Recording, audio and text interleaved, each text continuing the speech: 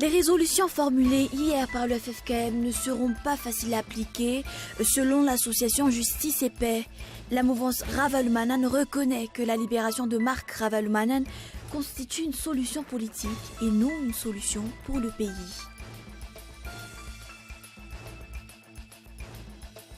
Coup d'envoi de la campagne de litchi 2014, comparé à la campagne 2013-2014, l'exportation du litchi connaîtra une diminution de 7000 tonnes. Le ministre de l'Intérieur Bernard Cazeneuve a indiqué la très forte probabilité qu'un Français figure parmi les combattants de l'organisation de l'État islamique, filmé en train de décapiter des militaires syriens.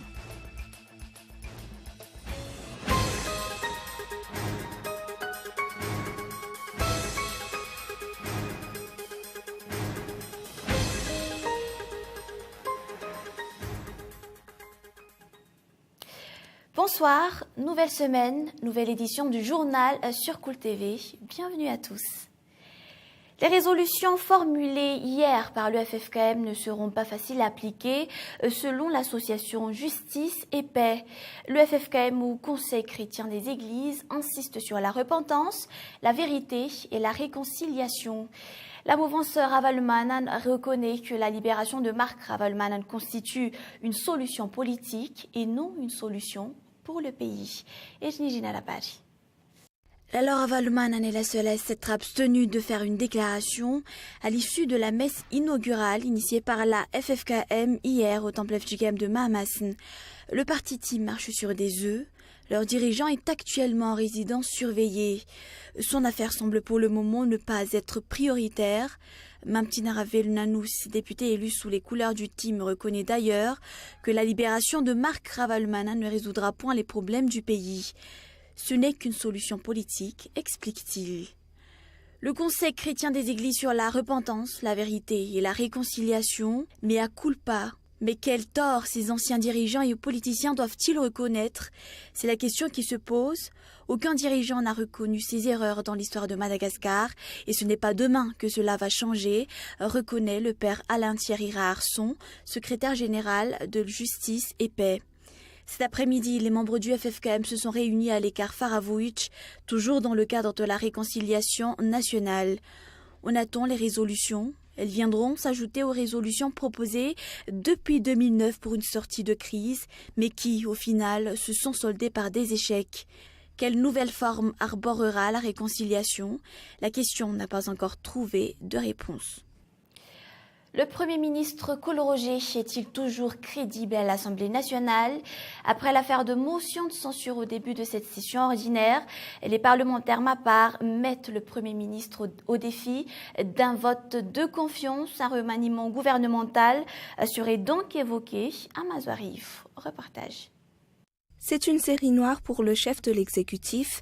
Les députés MAPAR, armés de l'article 100 de la Constitution, mettent le Premier ministre au défi de demander une vote de confiance. Néanmoins, ce groupe parlementaire ne se déclare pas opposant. Des bruits circulent également que Mazoarif serait en effervescence, le remaniement du gouvernement ferait son chemin. Ce sont les ministres qui seront remplacés, Kool Roger gardera son fauteuil. À titre de rappel, la motion de censure a été au centre des actualités au début de cette deuxième session ordinaire parlementaire. Elle a avorté par 3 fois après un scandale sur une distribution d'argent. Mais également, dans l'actualité, le secteur privé demande un abaissement de 15% des taxes sur les valeurs ajoutées dans certains domaines, ainsi que l'exemption de l'impôt sur les revenus sur les 2 premières années pour les nouvelles entreprises. Les patronats ont été entendus à l'Assemblée nationale ce jour en séance plénière. Les détails. L'industrie, l'hôtellerie ainsi que le secteur des bâtiments et des travaux publics demandent une révision à la baisse des taxes sur les valeurs ajoutées. De 20%, elles doivent être de 15%, estime-t-il. Une rencontre avec le ministère des Finances et du Budget a d'ailleurs déjà eu lieu au mois de septembre dernier. Par ailleurs, ces opérateurs économiques demandent une exemption de l'impôt sur les revenus sur les 2 premières années de la création d'une entreprise. Cette rencontre avec les parlementaires est programmée quelques jours avant l'adoption par l'Assemblée nationale de la loi de finances initiale 2015. Selon les chiffres avancés par le secteur privé, ce dernier assure 90% de la recette fiscale du pays. En 2015, elle devrait apporter à l'assiette fiscale environ 3 196 milliards d'ariary. Et coup d'envoi de la campagne de litchi 2014. Comparée à la campagne 2013-2014, l'exportation du litchi connaîtra une diminution de 7000 tonnes. La qualité des litchis sera également un grand problème pour cette campagne 2014. Les exportateurs de litchi feront face à de grandes difficultés. C'est un reportage de Lily Rabiat.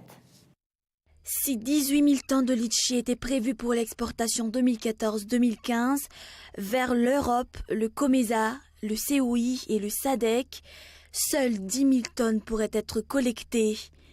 80% des litchis de Madagascar sont exportés en Europe. La position de Madagascar sur le marché international recule derrière Maurice et l'Afrique du Sud. La production de litchi à Madagascar n'a pas cessé de se dégrader depuis les 2 dernières années. 12 226 690 kilos en 2012 et 15 656 942 kilos en 2013. Le manque de pluie explique la mauvaise production de cette année. Par rapport à la situation de délestage que subit actuellement la province de Tuamasin, la conservation des litchis sera soumise à de nombreux risques. Cela risque également d'avoir des impacts sur la production. En 2013, l'exportation de litchi a drainé 72 millions d'ariary vers le budget de l'État. La campagne 2014-2015 de litchi a été lancée ce jour vers 18h à Tuamasin. Les fermes d'État vont rouvrir. Un atelier de formation et de partage d'expériences a lieu actuellement à l'hôtel Ibis à Kourndjanou. Il voit la participation de 25 pays africains francophones. En marge de la cérémonie d'ouverture de cet atelier, le ministre de l'Élevage, Joseph Martin Randjiamampioun, a donné sa version sur le cas de l'abattoir de Wundwurn. Il a expliqué que cette société est frappée de suspension des activités et non d'une fermeture définitive. Les raisons sont d'ordre environnemental. Et après de nombreuses déclarations réclamant sur l'annulation du 2e jour de l'élection des membres du bureau de l'ordre des journalistes prévu mercredi, Fan Rakout-Jazaf, représentant de la presse au sein de la CENIT, a invité ce jour les journalistes pour une collecte d'idées. Les détails. Écoutez les opinions des journalistes sur le sujet ayant créé la polémique. L'élection des membres du bureau de l'ordre des journalistes. Telle est la raison du regroupement des journalistes fait par le représentant des journalistes auprès de la CENIT ou la Commission électorale nationale indépendante, Fan Rakout-Jazaf, ce jour à la Bibliothèque nationale. Le regroupement a permis de clarifier plusieurs points de vue. D'une part, il y a ceux qui ne veulent pas d'un 2e tour. D'une autre part, il y a ceux qui exigent le report de l'élection. Mis à part la sortie du décret indiquant la commission de l'élection, le nombre exact des électeurs reste un problème, notamment les journalistes des organes de presse nationale. L'ancien ministre de la Communication, Roli Merciara Adasson, affirme que le ministère de la Communication ne devrait pas prendre part à cette élection. J'ai également la vraie liste des journalistes, ajoute-t-il. Jusqu'ici, la date du mercredi 19 novembre tient encore. À titre de précision, les membres de la commission de l'élection n'ont pas assisté à cette réunion. Et place aux actualités internationales, plusieurs spécialistes du terrorisme, dont le chercheur Jean-Charles Brizard, ont affirmé hier soir avoir reconnu un Français, Maxime Ochar, parmi les combattants de l'organisation de l'État islamique, filmé en train de décapiter plusieurs otages militaires syriens. Il a déjà été visible dans plusieurs vidéos de l'État islamique. Et dans la vidéo diffusée hier, les djihadistes exposent également les restes de l'humanitaire de Peter Kassig. C'est un reportage de France 24. Visage découvert, voici 2 des bourreaux de l'organisation État islamique. Selon plusieurs observateurs, cet homme serait un Français de son nom de guerre, Abou Abdallah al-Faransi. Une forte présomption existe qu'il pourrait s'agir de Maxime Ochar, né en 1992, originaire d'une localité du département de l'Eure, est parti en Syrie en août 2013. Le jeune homme aurait participé à la décapitation de 18 pilotes du régime syrien. D'après les autorités françaises, Maxime Auchard s'est converti à l'islam radical à 17 ans.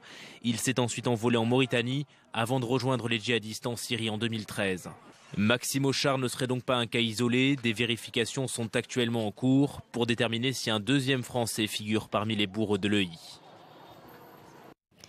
Et pour terminer, les autorités néerlandaises ont décrété hier une interdiction temporaire du transport de volailles après qu'une souche hautement pathogène de la grippe aviaire ait été détectée dans un élevage du centre du pays. France 24. Des barrières pour mieux isoler la ferme, seules les autorités sanitaires peuvent l'atteindre. Dans le village, la circulation est interrompue, le temps des opérations de nettoyage. Dimanche, une interdiction nationale de transport de volailles a été décrétée. C'est ici, dans cette exploitation du centre des Pays-Bas, que la souche H5N8 a été détectée. Elle peut être fatale pour les volailles et peut se transmettre aussi aux hommes. Ce lundi, 150 000 poulets sont regroupés pour être abattus. Nous allons procéder à l'abattage par le gaz. Ça va prendre du temps et tuer les poulets progressivement. Quand nous aurons le signal que c'est fini, nous entrerons pour retirer tous les poulets manuellement. Beaucoup d'hommes sont présents, mais des renforts arrivent pour nous aider dans cette tâche difficile. Dimanche, la grippe aviaire a également été détectée dans un élevage de canards au Royaume-Uni. Des cas en Europe qui pourraient être liés d'après l'Organisation mondiale de la santé animale, puisque le virus est transmis le plus souvent par des oiseaux migrateurs. Et c'est le moment du rappel des grands points développés dans ce journal. Les résolutions formulées hier par le FFKM qui ne seront pas faciles à appliquer, selon l'association Justice et Paix. La mouvance Ravalomanan, de leur côté, qui reconnaît que la libération de Marc Ravalomanan constitue une solution politique et non une solution pour le pays. Mais également le secteur privé qui demande un abaissement de 15% des taxes sur les valeurs ajoutées dans certains domaines, ainsi que l'exemption de l'impôt sur les revenus sur les 2 premières années pour les nouvelles entreprises. Et enfin, le coup d'envoi de la campagne de litchi 2014. L'exportation du litchi connaîtra une diminution de 7000 tonnes. Les exportateurs de litchi feront face à de grandes difficultés. Et puis juste après ce journal, vous allez suivre la nouvelle émission de Cool TV et Carols, le premier casting qui s'est déroulé ce samedi dernier. Restez avec nous et faites partie de l'aventure. Suivront